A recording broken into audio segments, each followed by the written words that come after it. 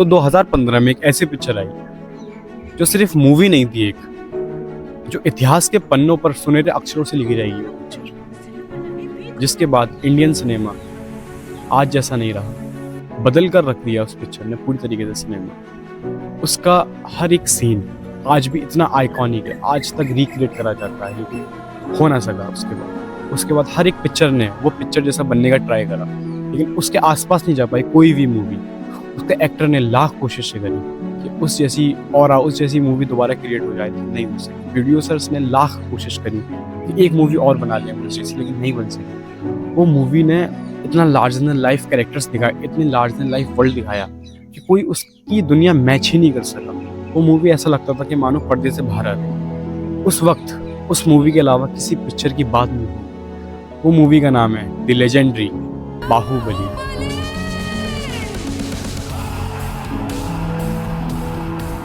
तो बाहुबली से पहले नॉर्थ इंडिया और साउथ इंडिया कभी भी आपस में काम करते हुए नहीं देखे। ये दोनों अपने आप में मूवीज़ प्रोड्यूस करते थे, बनाते थे और अपने अपने रीजन में बहुत अच्छी मार्केट करके बहुत अच्छा कलेक्शन करते थे। बट बाहुबली के आने के बाद एक ऐसा कल्चरल शिफ्ट आया जिसके बाद north India Bollywood film industry और साउथ इंडिया में तेलुगु तमिल फिल्म इंडस्ट्री आपस में मिल के काम करने लगे। और आजकल के टाइम पे हम इतने खुशनसीब हैं कि हमें हर 1-2 महीने में 2-3-4 महीने में कोई ना कोई सी पैन इंडिया मूवी मिल जाती है। किसकी बदौलत? सिर्फ और सिर्फ बाहुबली की बदौलत, क्योंकि उसका कल्चरल इम्पैक्ट, इन्फ्लुएंस इतना हैवी रहा है कि वो चलता रहेगा और चलता ही रहेगा। और उसकी वजह से हमें इतनी अच्छी अच्छी मूवीज़ मिली हैं, जैसे कि एनिमल हो गई। उसमें हमारे डायरेक्टर साउथ के थे बट हमारे एक्टर बॉलीवुड के थे, रणबीर कपूर, और दोनों ने मिल के अपना अपना जो आर्ट वर्क दिखाया है, उस वजह से जो मूवी वो इतनी ग्रेट बनी है। तो ऐसी मूवीज़ हमें मिलती रहेंगी, किसकी वजह से? सिर्फ बाहुबली की वजह से। तो बाहुबली की लेगेसी मेरे हिसाब से तो शायद अभी बिल्कुल ख़त्म नहीं होगी, शायद आने वाले टाइम में भी वो लेगेसी ख़त्म नहीं होगी, क्योंकि उस मूवी से हम लोग अभी भी इतना कुछ सीख सकते हैं। तो ये ऐसी मूवी सिर्फ नॉर्मल तरीके से नहीं बनती है कि आपने एक स्क्रिप्ट ली, एक प्रोडक्शन हाउस उठाया, एक एक्टर उठाया, एक डायरेक्टर उठाया और लो पिक्चर तैयार है। नहीं, ये एम्बिशन से पिक्चर बनती है, एक सोच से, एक विजन से कि आपको ये पिक्चरें बहुत पहले बनाई जाती है। दिमाग में तो पिक्चर कब की बन के रेडी होगी, ऐसा राजामौली के पर्दे पे लाने के लिए इसको सालों लगे हैं। तो ये पिक्चर एक विजनरी काम होता है जो सिर्फ राजामौली जैसा बड़ा डायरेक्टर ही कर सकता है।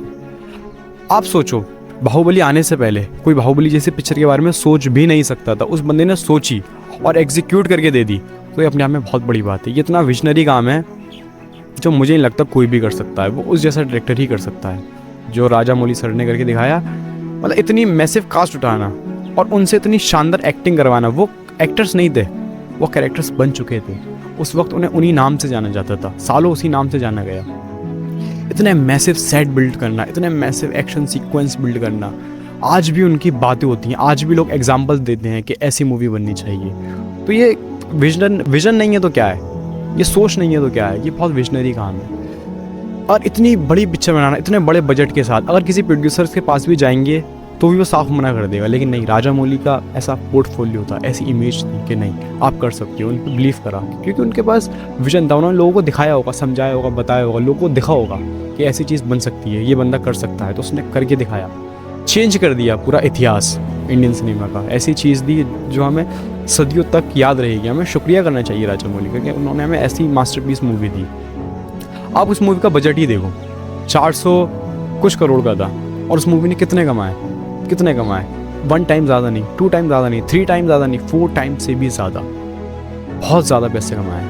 2460 करोड़ बहुत बड़ा नंबर होता है, बहुत बड़ा उस हिसाब से, आज से कई साल पहले ये बहुत बड़ी बात थी उस वक्त इतना नंबर कमा लेना। और पैसे वाली बात तो है ही नहीं, इम्पैक्ट, जो इम्पैक्ट वाली बात हम बार बार कह रहे हैं, वो जो इम्पैक्ट था सिनेमा पे वो आज तक जिंदा है और हमेशा ज़िंदा रहेगा। वो इम्पैक्ट वो कभी कोई हरा नहीं सकता उस इम्पैक्ट को। कितनी लोगों ने थिएटर के बाद देखी, बाहर देखी, आज तक देखते हैं, आज तक बात करते हैं। लोगों के रिएक्शंस आते हैं बाहर के लोगों के, यूट्यूब पे आप देखते हो कि बाहुबली रिएक्ट कर रहा है। तो ये इम्पैक्ट नहीं है तो क्या है? कल्चरी इम्पैक्ट यही तो होता है। मूवी की बात सालों साल चलती आ रही है। तो ये थी बाहुबली की कहानी, कैसे उसको एक छोटी सी पिक्चर बन सकती थी वो, लेकिन वो एक मैसिव ह्यूमंगस मूवी बन के रह गई। बाहुबली मूवी के जो कैरेक्टर थे वो अपने आप में इतने लेजेंडरी थे, इतने आइकॉनिक हैं और हमेशा रहेंगे। और उस मूवी ने फीमेल लीड को इतने अच्छे तरीके से प्रेजेंट करा था। चाहे आप बात कर लो देव सेना की, को इतने अच्छे तरीके से वॉरियर दिखाया था, उसकी फ़ाइटिंग, उसकी सिनेमाटोग्राफी, उसकी फ़ाइटिंग कोरियोग्राफी, उसकी कॉस्ट्यूम डिज़ाइंस, लाइक सब कुछ टॉप नॉच था। और मेरी पर्सनल फेवरेट फीमेल उसमें से शिवगामी देवी। लाइक वो इतना हैवी कैरेक्टर था कि आजकल के टाइम पे आप मेल्स को भी ऐसा कैरेक्टर नहीं दिखा सकते, बट उस डायरेक्टर ने उस कैरेक्टर को, फीमेल लीड को, इंडियन सिनेमा में इस तरीके से दिखाया कि वैसा कैरेक्टर मेरे ख्याल से आज तक नहीं दिखाया इंडियन सिनेमा में किसी को। उसका इतना आइकॉनिक डायलॉग, मेरा वचन ही मेरा शासन है, या फिर आप बाहुबली के डायलॉग ले लो, जय माहेश्वती। तो ये जितने भी एक एक सीन है मूवी का, वो अपने आप में एक लेजेंडरी कहानी बयां करता है। तो ऐसे बनती हैं लेजेंडरी मूवीज़, और उनकी हर चीज़, कॉस्ट्यूम डिज़ाइंस हो या फिर सेट डिज़ाइंस हो या फिर आपका कैरेक्टर्स हो या फिर आपकी राइटिंग हो या फिर आप उस मूवी का कुछ भी उठा के देख लो, वो अपने आप में एक कहानी बयां करता है। बाहुबली की एक बहुत बड़ी बात ये थी कि वो मूवी बच्चे बच्चे के ज़बान पर थी। उसका क्लिफ हैंगर, जिस लेवल का क्लिफ हैंगर दिया था एस.एस. राजामौली ने, वो कुछ साल लोगों को वो डायलॉग हमेशा याद रहेगा कि कटप्पा ने बाहुबली को क्यों मारा। वो हर जगह, हर न्यूज़ चैनल, हर न्यूज़ पेपर, हर मीडिया हाउस, हर सोशल मीडिया पे वही चल रहा था कि बाहुबली को कटप्पा ने क्यों मारा। इतना शानदार क्लिफ हैंगर दिया, इतना शानदार क्लिफ हैंगर दिया बाहुबली ने कि आज तक लोग कॉपी करने का ट्राई करते हैं उसी क्लिफ हैंगर से। तो यही था एक सबसे बड़ा पॉइंट कि पार्ट 2 इतना ज़्यादा चला पार्ट 1 के मुकाबले कि वो क्लिफ हैंगर लोगों को जानना था कि क्यों मारा। और इसी मूवी से एक फैक्टर और आता है, वो है 2 मूवीज़ फैक्टर। इस मूवी के बाद आपने देखा होगा कि कितनी मूवीज़ बनने लगी 2 पार्ट में। KGF बनी 2 पार्ट में बनी, KGF 1, KGF 2। अब ये रिसेंट भी एग्जांपल बहुत हैं। देवरा आई, उसका पहला पार्ट आ गया, लोगों ने पहले ही अनाउंस कर दिया उसका पार्ट 2 भी आएगा। कल्कि आई, कल्कि का पार्ट 1 आया, कल्कि का पार्ट 2 भी आएगा। सलार आई, सलार का पार्ट 1 भी आएगा, 2 भी आएगा। ऐसे बेशुमार मूवीज़ के एग्जाम्पल हैं कि लोगों ने अब मूवीज़ बनाना शुरू करेंगे 2 पार्ट में, क्योंकि उन्हें लगता है कि अगर कुछ हम क्लिफ हैंगर छोड़ेंगे तो हमारा दूसरा पार्ट पहले पार्ट के मुकाबले फाड़ ही देगा। तो ये एक इम्पैक्टफुल चेंज है। इतना ज़्यादा उसका फॉर्मेट आज तक फॉलो करा जाता है बाहुबली का कि हर कोई जानता है कि ये बाहुबली की वजह से हुआ है। तो ये है बाहुबली के कुछ इम्पैक्ट्स। तो बाहुबली मूवी की हमने इतनी तारीफ़ कर दी, उसकी वर्ल्ड बिल्डिंग की, उसकी कॉस्ट्यूम डिज़ाइंस की, कैरेक्टर्स की, परफॉर्मेंस की, बट उस मूवी को जो सबसे अच्छा बनाती है वो है डायरेक्टर की आउट ऑफ द बॉक्स सोच। लाइक उस टाइम पे किसी ने सोचा भी नहीं होगा कि इस टाइप की ऐसी मूवी बन भी सकती है, वो भी इंडियन सिनेमा में। लाइक डायरेक्टर ने उसका विजन, लाइक माइंड ब्लोइंग, बिल्कुल एक्स्ट्राऑर्डिनरी वर्क, और उसको अच्छे तरीके से, इतने अच्छे तरीके से प्रेजेंट करना, उससे भी ज़्यादा काबिल तारीफ़ बात है। तो इसीलिए हमें बाहुबली से क्या सीख मिलती है कि आउट ऑफ द बॉक्स सोचो, जो बना नहीं हो, जो किसी ने देखा नहीं हो, जो शायद सिनेमा में आया ही नहीं हो, वो सोचो। आजकल के टाइम पे लोग बाहुबली को कॉपी करते हैं, लाइक नहीं होना चाहिए ऐसा। आपको उससे सीखना चाहिए और आपको अपने पास से कुछ इन्वेंट करना होगा। आपको सिनेमा में एक ऐसा एवोल्यूशन लाना पड़ेगा जैसा बाहुबली ने लाया, तभी आपकी मूवी इतनी कोई सी लेजेंडरी बन पाएगी जिसकी बातें सदियों तक हों।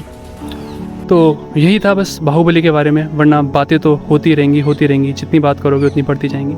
तो मैं आपसे पूछना चाहूँगा कि आपका कोई सा फेवरेट मोमेंट बाहुबली में से, लाइक पूरी मूवी ही मेरी फेवरेट है, आप अपना कोई सा फेवरेट मोमेंट बताओ। और आपको हमारी वीडियो में क्या अच्छा लगा, क्या नहीं लगा, वो भी आप कमेंट में बता सकते हो, क्रिटिसाइज़ कर सकते हो, तारीफ़ कर सकते हो, उससे खुशी मिलेगी। तो बस वही नॉर्मल सा आप लाइक, शेयर, सब्सक्राइब कर देना।